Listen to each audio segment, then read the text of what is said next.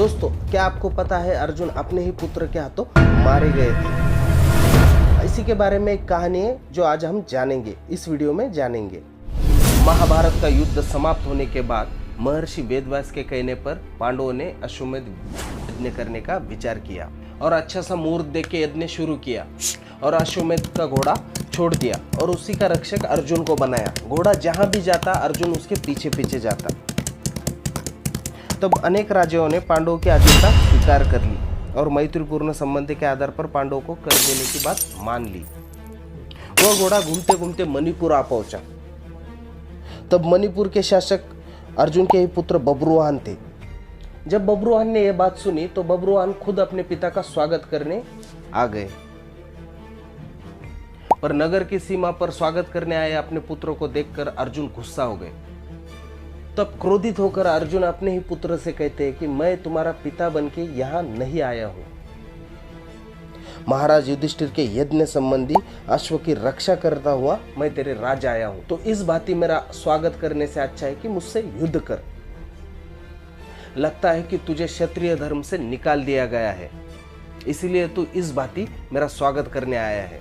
अर्जुन के ऐसा करने पर अर्जुन की एक पत्नी उलूपी भी वहां पे थी। उलूपी बब्रुवाहन से कहती है कि बेटा, मैं तुम्हारी विमाता हूं और मेरी आज्ञा तुम्हें माननी होगी। तुम्हारे पिता एक श्रेष्ठ वीर अथवा हमेशा युद्ध के लिए उन्मत्त रहने वालों में से है। तू उनसे युद्ध कर। तेरे युद्ध करने के बाद अवश्य ही वो प्रसन्न हो जाएंगे। यह सुनकर बब्रुवाहन युद्ध के लिए तैयार होता है। बाद में उन दोनों का घनघोर युद्ध शुरू होता है। वो दोनों ही एक दूसरे को बुरी तरह जख्मी कर देते हैं। जख्मी होने के बाद अर्जुन गुस्से में आकर बब्रुवाहन के रथ के घोड़े को और उसके सारथी को मार देता है। ये देखकर बब्रुवाहन भी एक विषैला बाण अर्जुन के छाती पे मारता है।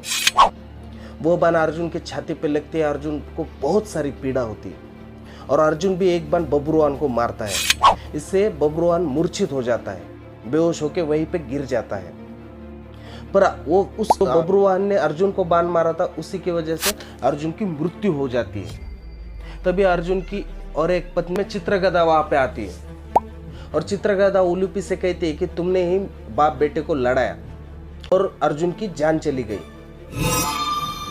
युद्ध में मेरा बेटा मारा गया तो मुझे इतना दर्द नहीं होता जितना कि अर्जुन के मरने की बात हो रहा है। कुछ भी करो और मेरे पति को जीवित करो।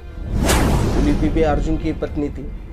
वहां बेहोश पड़े हुए बब्रुवाहन उठ जाते हैं और अपनी माता को विलाप करते देख वहां पे आ जाते हैं और देखते हैं अर्जुन की तो मृत्यु हो गई और वो भी विलाप करने लगते हैं, रोने लगते हैं। दोनों माँ बेटा विलाप करने लगते हैं। तभी चित्रगदा फिर से कहती है कि उलूपी कुछ भी करो बहन, मेरे पति को जीवित करो। तो बब्रुवाहन कहते हैं कि मेरे वजह से मेरे पिता की मृत्यु हो गई, मैं अमरण अनशन करूंगा और यहीं पे प्राण त्याग कर दूंगा।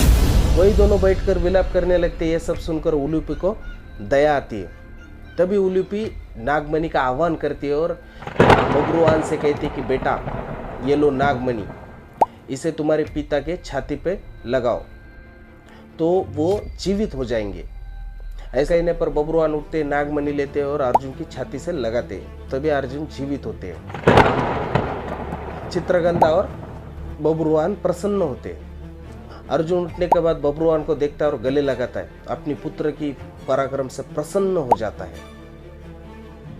बब्रुवाहन भी अश्वमेध का घोड़ा अर्जुन को लौटाते हैं और कर भी देते हैं और उनके साथी चित्रगदा, उलूपी और बब्रुवाहन सब युधिष्ठिर के यज्ञ में शामिल होते हैं। दोस्तों, आज के लिए इतना। हमारी ये कहानी आपको कैसी लगी नीचे कमेंट बॉक्स में लिखकर हमें बताइए।